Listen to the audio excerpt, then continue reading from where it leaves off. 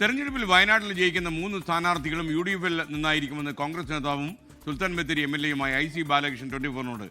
ആരോപണങ്ങളെല്ലാം ജനങ്ങൾ തള്ളിക്കളഞ്ഞുവെന്നും വയനാട് പഴയ വയനാടല്ലെന്നും IC ബാലകൃഷ്ണൻ പറഞ്ഞു.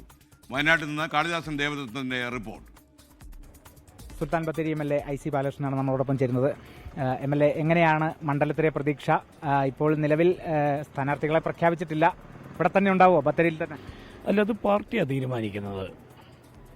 ഓരോ ഇലക്ഷൻ കഴിയുമ്പോൾ സിറ്റിംഗ് MLA-മാരുടെ പ്രവർത്തനങ്ങളും ജനപിന്തുണയൊക്കെ നോക്കി AICCയും KPCC പഠനം നടത്തി വിജയസാധ്യതയുള്ള സ്ഥാനാർത്ഥികളെ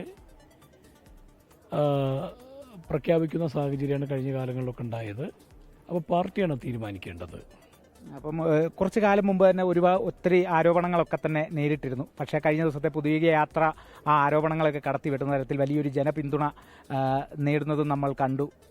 പ്രതിപക്ഷ നേതാവിൻ്റെ ആ യാത്രയ്ക്ക് വലിയൊരു പിന്തുണ നേടിയെന്ന് തന്നെ കരുതുന്നു. അപ്പോൾ UDF-ന് വയനാട്ടിൽ മികച്ച വിജയം തന്നെ ഉണ്ടാകുന്നതാണ്. വയനാട്ടിൽ ജനങ്ങൾ ആഗ്രഹിക്കുന്ന രീതിയിൽ വികസനം നടത്താൻ കഴിയുന്നില്ല എന്ന് മനസ്സിലാക്കിക്കൊണ്ട് തന്നെയാണല്ലോ ഇന്നലത്തെ ഞങ്ങളുടെ പുതുയുഗ യാത്രയുടെ വിജയം. അതുകൊണ്ട് വയനാട്ടിലെ 3 നിയോജക മണ്ഡലം മാനന്തവാടി, കൽപ്പറ്റ, ബത്തേരി 2011 ആവർത്തിക്കുമെന്നുള്ള കാര്യത്തിൽ യാതൊരു തർക്കവും ഞങ്ങളെ സംബന്ധിച്ചില്ല. അപ്പോൾ ആരോപണങ്ങളെല്ലാം നമുക്ക് മറ്റൊരു അല്ലെങ്കിൽ ഇതിലേക്ക് എടുക്കണ്ട, അല്ലെങ്കിൽ ജനങ്ങൾ ആ ആരോപണങ്ങളെ തള്ളി UDF-ന്റെ ആ ഒരു മുന്നേറ്റവുമായി തന്നെ അല്ലെങ്കിൽ UDF-ന് മികച്ചൊരു വിജയം നൽകുമെന്ന് തന്നെ പ്രതീക്ഷിക്കുന്നു, അല്ലേ? ആരോപണങ്ങൾ ആർക്കും ആരുടെ പേരിലും എന്തും പറയാലോ. അതൊന്നും ജനങ്ങൾ മുഖവിലക്കെടുക്കില്ല. പഴയ ആളുകളല്ല വയനാട്ടുകാർ.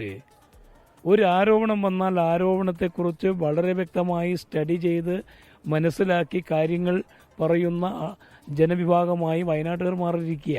അതുകൊണ്ട് ആരോപണങ്ങളൊന്നും ഇന്ന് ജനങ്ങൾ വിശ്വസിക്കില്ല. അതൊക്കെ ജനം തള്ളിക്കഴിഞ്ഞു.